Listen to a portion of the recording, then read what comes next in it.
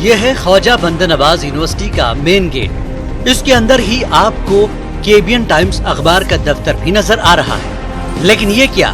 University campus کی دیوار کو لگ کر ہی کچرے کا انبار لگا ہوا ہے. سڑک پر کچرا بکھرا پڑا ہے.